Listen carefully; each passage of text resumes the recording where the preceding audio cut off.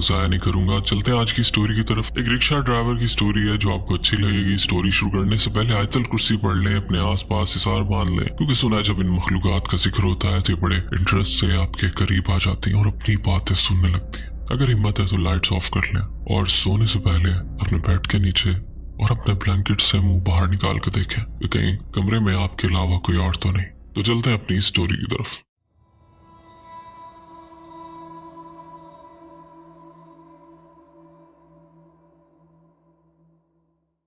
अस्सलाम वालेकुम वतान भाई, ये जो वाक़या है ये मेरा अपना है और ये रिसेंटली मेरे साथ पेश आया है। मेरा नाम साहिल है और ये वाक़या 4 दिन पहले का है। मैंने सोचा था कि आपसे ये वाक़या शेयर करूंगा, मगर मुझे वक्त नहीं मिल सका। आज मैंने जुमा की नमाज पढ़ी और मुझे आज काफ़ी सुकून महसूस हो रहा है। जो कुछ मेरे साथ हुआ था वो बड़ा ही खौफनाक था। अब मैं आपको कहानी बताता हूँ। हुआ कुछ ऐसा था कि मैं रिक्शा चलाया करता था। मुझे रिक्शा चलाते हुए 20 दिन हो चुके थे और मेरी अच्छी खासी आमदनी हो रही थी जब मैं सवारी की तलाश में था। कुछ वक्त गुजरा था कि मेरे पास एक नौजवान लड़का आता है। आपको बताता चलूं कि मैं दिल्ली से हूँ। जब मैं बसवा चौक पर सवारियों का इंतजार कर रहा था तो वो नौजवान लड़का मेरे पास आता है। ये बात मैं इसलिए बता रहा हूँ ताकि आप सही तौर पर समझ सकें। जो मुझसे कहता है कि भाई आपको हरियाणा जाना है। मेरे रिक्शे की 10 घंटे की चार्जिंग चलती है। जब इसने हरियाणा जाने की बात की उस वक्त मेरी ज्यादा आमदनी भी नहीं हुई थी। 1 घंटा गाड़ी चलाई थी। मैं पहले भी जा चुका हूँ हरियाणा। वो पूरा गांव जैसा एरिया है, वहां पर खेती बाड़ी भी बहुत है। जब वो मुझसे कहता है तो मैं इससे कहता हूँ ठीक है भाई चल दूंगा, क्या पैसे दोगे? क्योंकि दिल्ली से हरियाणा का 5 घंटे का सफर था तो जाने पर मैं ज्यादा सोचता भी नहीं था, मगर मुझे ये नहीं पता था कि मेरा वहां जाना कितना भारी पड़ सकता है। मैं उसके गोदाम पर जाता हूँ। वो अच्छे खासे पैसों में मुझे लेकर आया था। मेरा उसमें कोई भी नुकसान नहीं था। जब मैं उसके गोदाम पहुंचता हूँ तो वहां पर एक मशीन थी, थोड़ा बहुत और भी सामान था जो मेरे रिक्शे पर ही मुझे ले जाना था। मशीन का वजन बताता चलूं वो 1 क्विंटल की मशीन थी। तकरीबन 6 से 7 बंदे मशीन को मेरे रिक्शे पर लाद देते हैं।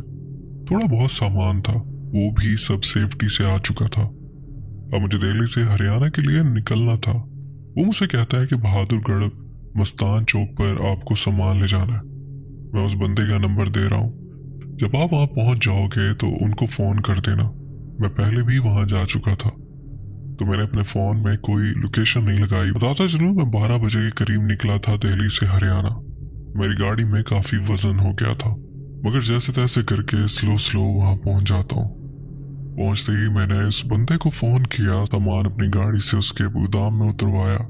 वो बंदा मुझसे कहता है भाई आप ज्यादा थक गए हो तो खाना पीना खा कर जाना। वो मुसलमान थे और काफी अच्छी आदत के थे। मुझे उनका रवैया बहुत अच्छा लगा।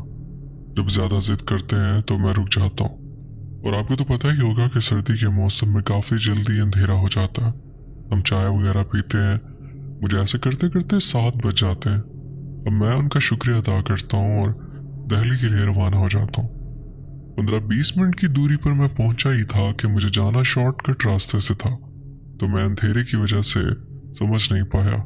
मैं लंबा रास्ता ले लेता हूँ। मुझे अपनी बैटरी रिक्शे पर भरोसा था, मगर मुझे ये नहीं पता था कि मुझे गाड़ी धोखा दे देगी। जहां से मैं आया था वहां पर बहुत से रोड जा रहे थे इधर से उधर, मगर मुझे ये नहीं पता था कि कौन सा रोड कहाँ जा रहा है। बस मैं चलता रहता हूँ। कुछ वक्त गुजरता है जब मुझे लगता है कि गलत रास्ते से जा रहा हूँ। मैं गूगल में मैप लगाता हूँ, इसके जरिए जाने की कोशिश करता हूँ, मगर वो गूगल मैप मुझे काफी पीछे का रास्ता बता रहा था। मगर मैं अब 1.5 घंटे का रास्ता पार करके आ चुका था आगे की तरफ। मुझे पीछे 1.5 घंटे का रास्ता पार करना था और वहां से निकलना था। ऐसे करते करते काफी वक्त गुजर जाता। जब मैं वक्त देखता हूँ तो मैं बहुत ज्यादा परेशान हो जाता हूँ।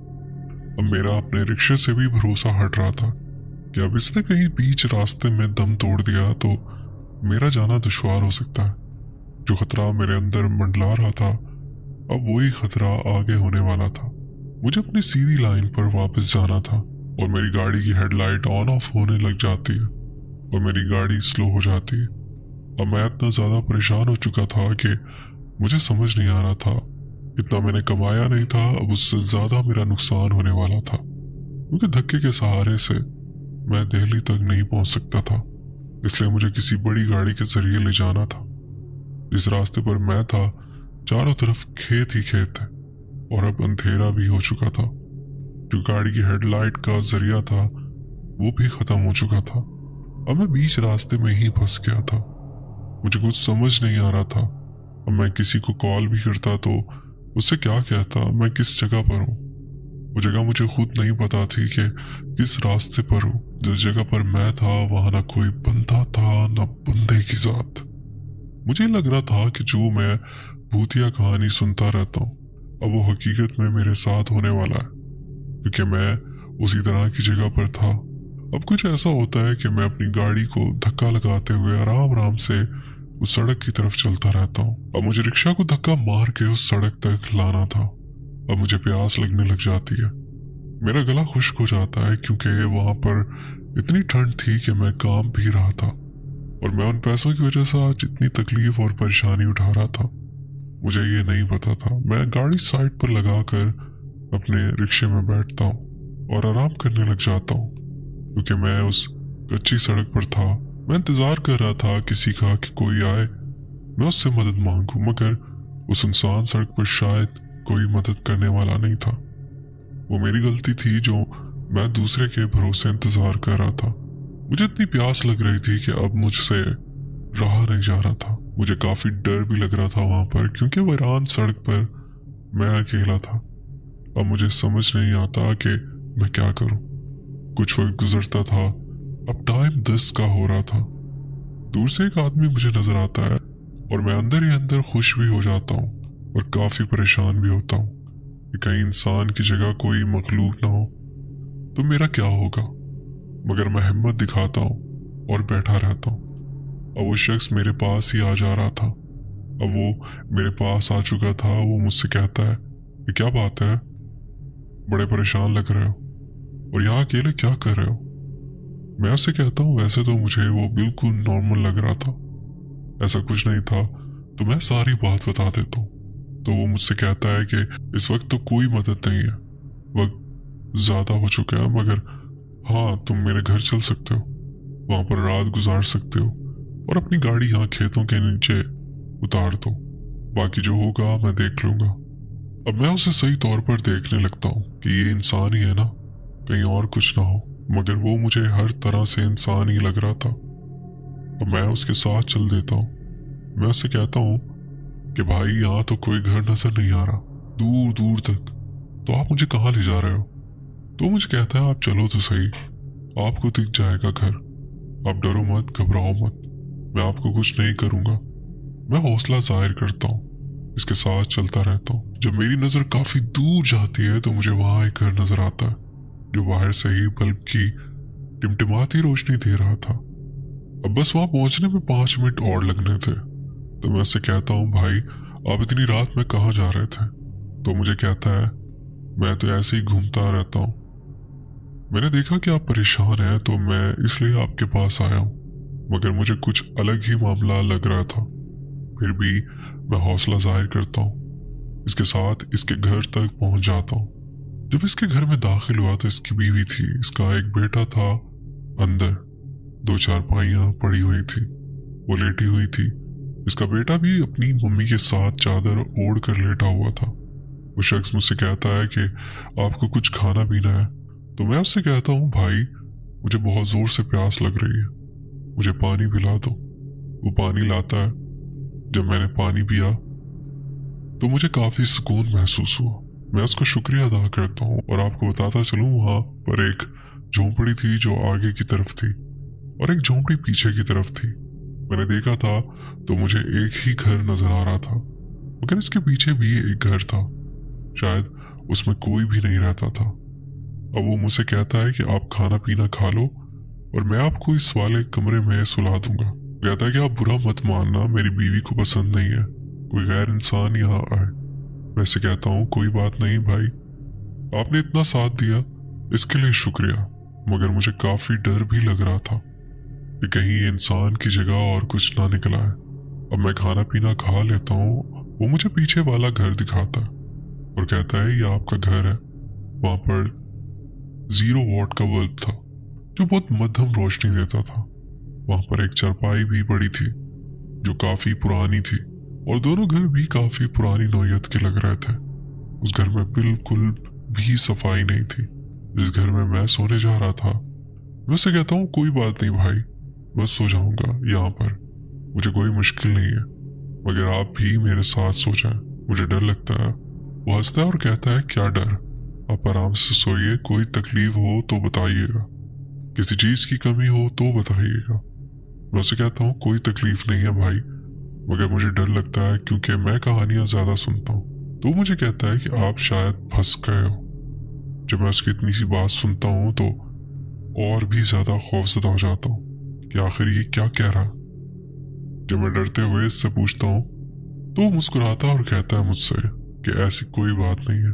फिर वो फौरन बात को काट के कहता है आप सोइए और मैं जा रहा हूँ सोने, मैं आपको जल्दी उठा दूंगा, सुबह आप चले जाना। मगर मैं इससे काफी जिद करने लगता हूँ कि भाई आप भी मेरे साथ सो जाइए, मुझे डर लगता है। तो कहता है नहीं, मेरी बीवी भी है बाहर और इसको भी डर लगता है, मैं अपनी बीवी को छोड़ नहीं सकता, आप सोइए, आपको कोई तकलीफ नहीं होगी।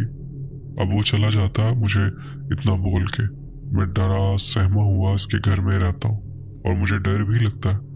मैं सोचता हूँ कि आज मैं कहाँ फंस गया हूँ। जहाँ पर उनका घर था वहां पर दूर दूर तक कोई आबादी नहीं थी, ना कोई बंदा था और ना ही बंदे की जात। अदान भाई एक चादर थी वहां पर और मुझे काफी सर्दी भी लग रही थी।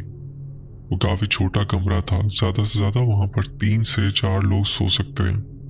वो इतना ही बड़ा घर था। अब मैं इधर उधर कंबल देखता हूँ कि शायद कंबल दिख जाए और मेरी सर्दी रुक जाए और मेरी नींद आराम से पूरी हो जाए। और वहां पर मुझे गाड़ी की टेंशन भी हो रही थी क्योंकि मैंने नया रिक्शा लिया था, अगर कोई ले जाए वहां से तो मैं तो और भी ज्यादा मुसीबत में फंस सकता हूँ।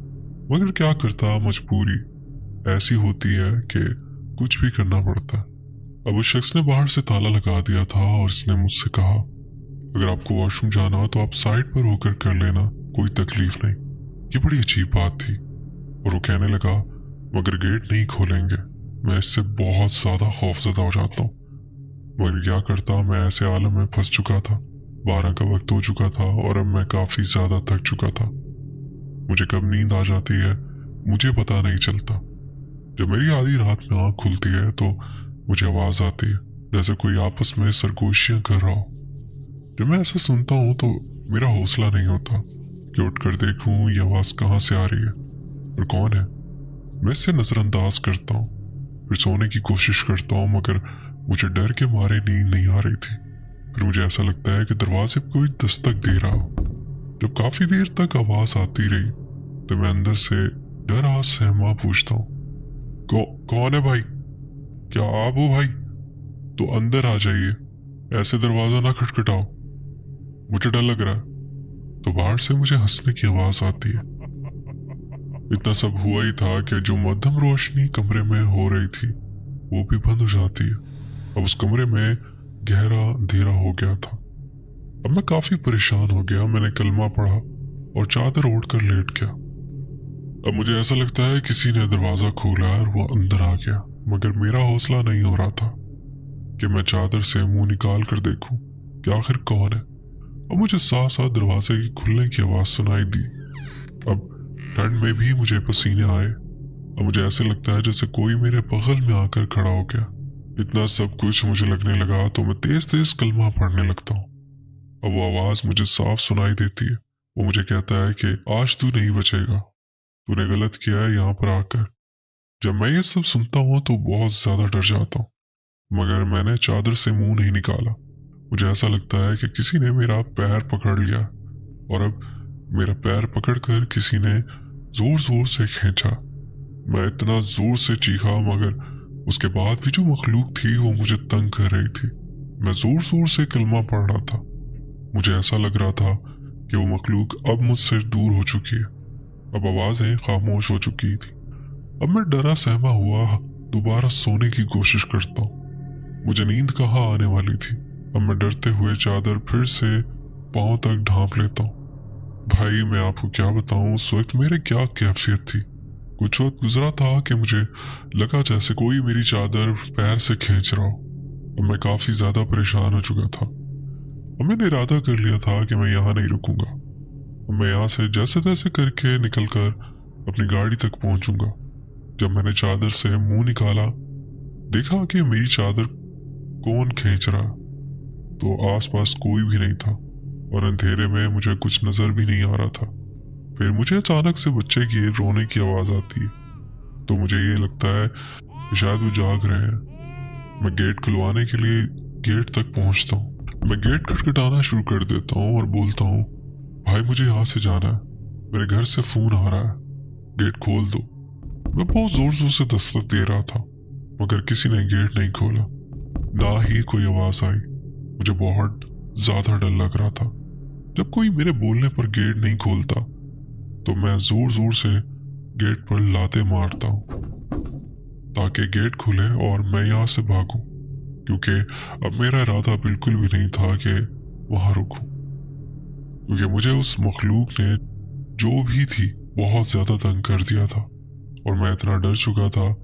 फिर थोड़ी देर बाद गेट पर लाते मारना कम कर देता हूँ तो अचानक से मुझे ऐसा लगता है कि कोई मेरे गेट के पास आया है और किसी ने गेट खोलने का इरादा किया। जब मैं काफी देर तक देखता हूँ तो कोई गेट खोल रहा है मेरा और मैं बाहर निकलने जा रहा हूँ, मगर काफी देर गुजर गई, वो गेट नहीं खुला। अब मैं और ज्यादा मारने लगा गेट पर, मगर फिर भी गेट नहीं खुलता। फिर मैं दोबारा चारपाई पर आकर लेट जाता हूँ और मैंने जब अपने फोन में वक्त देखा तो 4:30 का वक्त हो रहा था। फिर भी काफी अंधेरा था। जब कुछ वक्त गुजर चुका था, अचानक से गेट खुलते ही वही शख्स मेरे पास आता है। वो कहता है मुझसे, क्या बात है, बहुत आवाज कर रहे हो, सोने नहीं दे रहे। मैं उससे कहता हूँ, मेरे घर से फोन आ रहा है, मैं यहाँ से जा रहा हूँ। तो कहता है, कोई बात नहीं, आप चले जाएं। फिर वो मुझसे कहता है, आप इतनी ठंड में कैसे जाओगे। तो मैं कहता हूँ उसे, मैं जैसे भी जाऊं मुझे जाने दो यहाँ से। अब मैं वहां से बस दौड़ लगाना शुरू कर देता हूँ। जब मैं दौड़ लगाता ही कुछ दूरी पर पहुंचता हूँ तो मैं पीछे मुड़कर देखता हूँ। वहां पर जो मध्यम रोशनी जल रही थी जिसमें मैं था, वहां तो बिल्कुल ही रोशनी नहीं थी और जहां पर वो बंदा था वहां पर रोशनी थी। जहां मैं सो रहा था बिल्कुल खंडर था।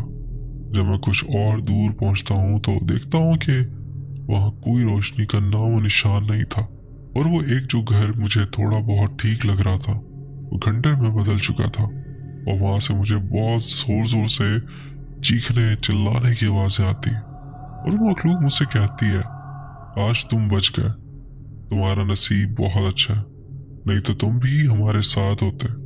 वो चीज इतनी दूर से कह रही थी, फिर भी आवाज मेरे कानों में आ रही थी। मैं किसी ना किसी तरह करके अपने गाड़ी के पास पहुंचता हूँ। वहां पर इंतजार करता हूँ कि कोई आ जाए और मैं इसकी मदद से इस रास्ते तक पहुंचूं जहां से मुझे दिल्ली के लिए निकलना हो। मगर मैं ऐसी जगह आ चुका था, मुझे खुद नहीं पता था कि मैं कहाँ हूँ। मैं काफी वक्त तक इंतजार करता हूँ तो हल्की हल्की सुबह हो गई। मैं अपनी गाड़ी को धक्का मारता हूँ, उसी रास्ते निकलता हूँ अंदाजे के तौर पर। अब काफी रोशनी भी हो गई थी और मैं उस खौफनाक खंडर से भी ऊपर वाले के करम से निकल चुका था कि कोई ये मेरे अल्लाह का करम था। अब मैं जैसे तैसे करके वहां तक पहुंचा हूँ, गाड़ी को चंपन करता हूँ और अपनी गाड़ी चंपन में लगवाता हूँ, वहां से दिल्ली के लिए निकल जाता हूँ। मैं जब घर आता हूँ तो घर वाले देखते हैं कितना ज्यादा सहमा डरा हुआ हूँ, तो वो पूछते हैं, तो मैं सारा वाकया इन्हें बता देता हूँ। और वो चीज मुझे ख्वाब में भी नजर आती है कि जहाँ मैं रुका था वो जिन्नात है और इनकी शक्ल भी मैंने ख्वाब में देखी थी, मगर जब मैं उनको असलियत में देख रहा था तो इंसान ही नजर आ रहे थे। मुझे 4 दिन तक बुखार भी रहा। तो मैंने आज जुम्मा पढ़ा, आज मुझे बहुत सुकून महसूस हुआ। तो नान भाई, ये थी मेरी स्टोरी। उम्मीद करता हूँ आप अपने चैनल पर लाजमी शेयर करेंगे। बहुत शुक्रिया, आपने अपनी स्टोरी हमसे शेयर की। बढ़ते हैं एक और स्टोरी की तरफ।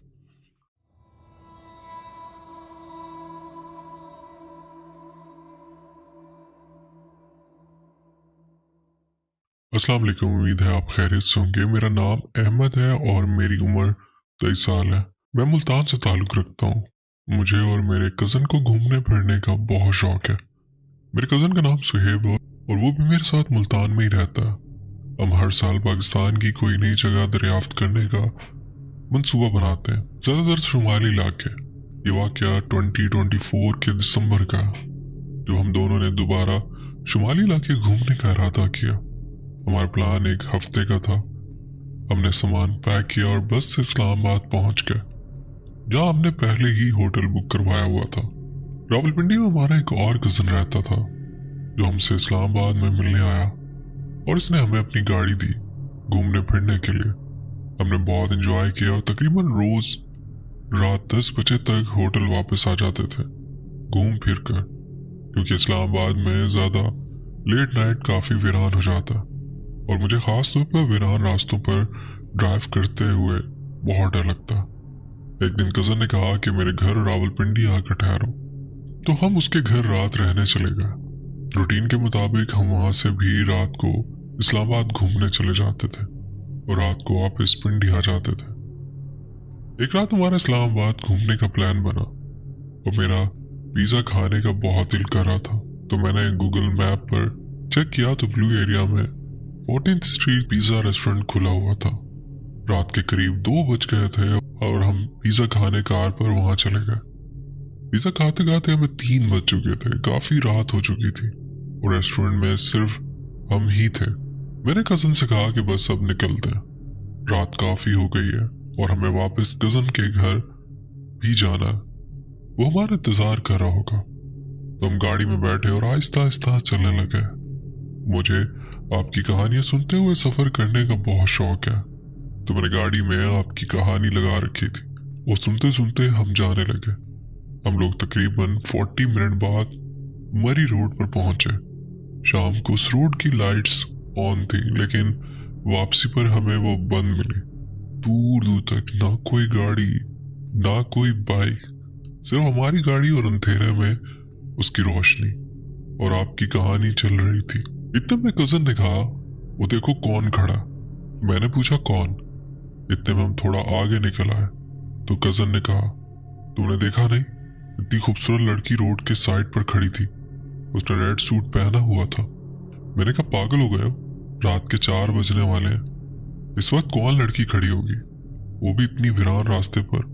जहाँ उसने वो लड़की देखी थी उस इलाके में एक बहुत बड़ा पार्क था। मैंने उसको कहा ये तुम्हारा वहम है और कुछ नहीं, क्योंकि ड्राइव मैं कर रहा था और ड्राइवर की नज़र तो रोड पर ही होती है।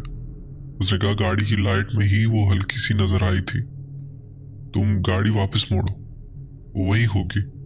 मैं आपकी काफ़ी कहानियां सुन चुका हूँ, इसलिए मुझे थोड़ा अंदाज़ा था कि ऐसे गाड़ी वापस नहीं मोड़नी चाहिए, लेकिन सुहेब के इसरार पर मैंने यू टर्न ले लिया और तकरीबन 2 मिनट में हम वहां पहुंच चुके थे जहां उसने लड़की देखी थी। और वहां दूर दूर तक कोई नहीं था, ना कोई गाड़ी ना कोई बाइक और ना कोई लड़की। ये देखकर कज़न को परेशानी हुई। मैंने उसे समझाया कि हो सकता है ये अल्लाह की कोई दूसरी मखलूक हो और इस तरह यू टर्न लेकर वापस आना भी मुनासिब नहीं था, लेकिन इसने कहा कि तुमने यू टर्न जल्दी लिया, गाड़ी फिर मोड़ो। इससे पिछले वाला यू टर्न था। मेरे समझाने के बावजूद बस जिद था, इसलिए मैंने दोबारा यू टर्न ले लिया और दोबारा यू टर्न लेने के बाद भी दूर दूर तक कोई दिखाई नहीं दिया। तो मैंने यू टर्न लेते हुए ही थोड़ी ऊंची आवाज में ये बोल दिया, अगर कोई सुन रहा है तो मेरा इन सब से कोई लेना देना नहीं है।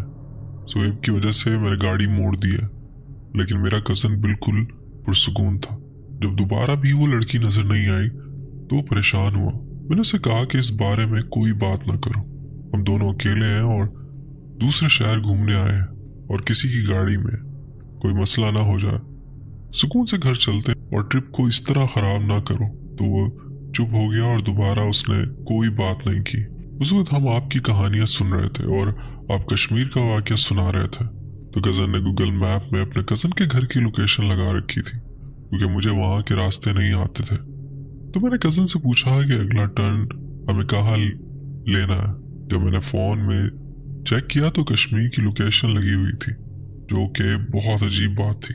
खैर मैंने लोकेशन हटा दी, दोबारा कज़न के घर की लोकेशन लगा दी। उस दौरान कजन ने मुझसे कोई बात नहीं की। तकरीबन 5 मिनट गुजरे होंगे कि मैंने देखा कि मेरे कजन की आंखों से आंसू बह रहे हैं और आंखें बंद हैं। मैंने पूछा क्या हुआ?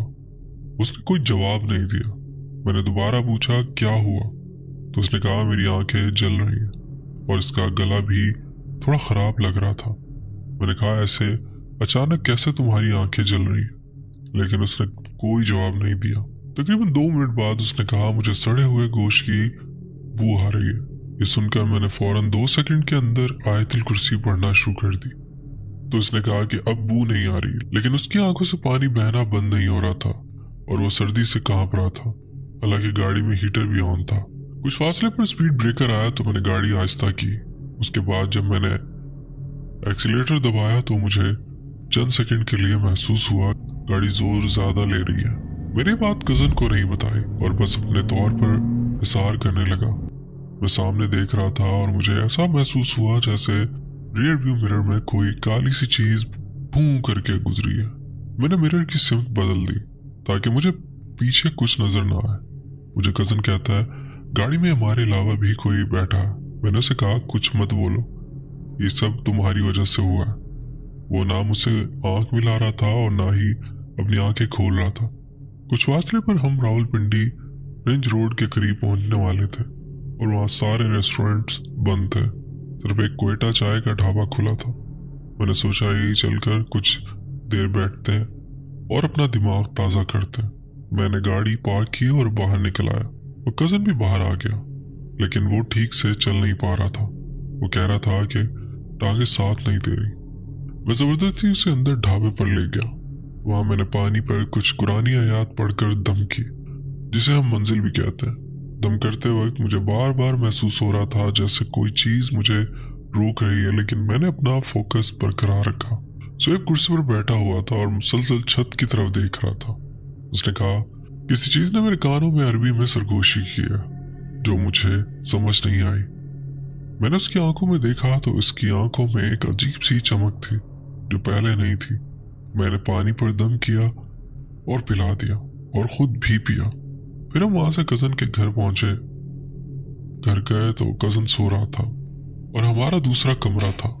कमरे में जाने के बाद सुहेब ने कहा मुझे पर्दे के पीछे कोई खड़ा नजर आ रहा है, कोई काला साया जो गौर से देख रहा हो। उसने कहा कि मैं वॉशरूम जा रहा हूँ। वॉशरूम चला गया। जब वो वापस आया तो उसकी आंखें सुर्ख हो रही थी। मैंने उससे पूछा कि तुम्हारी आंखें क्यों सुर्ख हो रही, लेकिन उसने कोई जवाब नहीं दिया। वो चुपचाप बेड पर आकर लेट गया। मुझे वॉशरूम से पानी चलने की आवाज आ रही थी। मैंने सोचा शायद थोड़ी देर में बंद हो जाएगी, लेकिन तकरीबन 10 मिनट तक इंतजार करने के बाद भी वो आवाज आती रही, जैसे सुहेब ने सिंक की टूटी खुली छोड़ दी हो। मैंने सोचा कि जाकर खुद बंद कर देता हूँ। जैसे मैंने वॉशरूम का दरवाजा खोला तो कहीं से भी कोई पानी नहीं खुला हुआ था, ना कोई पानी बह रहा था और ना ही पानी की आवाज थी। मैंने अच्छी तरह तमाम टूटियां चेक की, लेकिन वो बंद थी। मैंने सुहेब की तरफ देखा तो वो अब भी सर्दी से कांप रहा था। कुछ ही देर में फजर की अजान होने लगी और पहली अल्लाह अकबर पर ही उसने कांपना बंद कर दिया। उसकी आंखें भी ठीक हो गई। उसने खुद बताया कि जो साया उसे पर्दे के पीछे नजर आया था अब वो भी नजर नहीं आ रहा। मैं और सुहेब जब भी इस वाक़े के बारे में सोचते हैं तो हमें समझ नहीं आती कि हमारे साथ क्या हुआ था और जो भी वो मखलूक थी वो हमारे पीछे क्यों आई। क्या ये आपकी कहानी सुनने की वजह से हुआ या फिर यू टर्न लेने की वजह से? तो ये थी मेरी कहानी। अगर आपको पसंद आए तो लाजमी शेयर कीजिएगा। बहुत शुक्रिया आपने अपनी स्टोरी हमसे शेयर की। तो दोस्तों उम्मीद करता हूँ आज की स्टोरीज आपको पसंद आई होंगी। स्टोरीज पसंद आई हो तो वीडियो को लाइक करना ना भूलेगा और अगर आप मेरे चैनल पर नए हैं तो चैनल भी सब्सक्राइब कर लें, बेल आइकन प्रेस करके ऑल का नोटिफिकेशन ऑन कर लें। इससे होगा कि आप मेरी हॉरर स्टोरीज फैमिली का हिस्सा बन जाएंगे। अपना बहुत ख्याल रखिएगा, तो हम याद रखिएगा। मुझे तो इजाजत, मिलते हैं किसी और इंटरेस्टिंग स्टोरी में। अल्लाह हाफिज।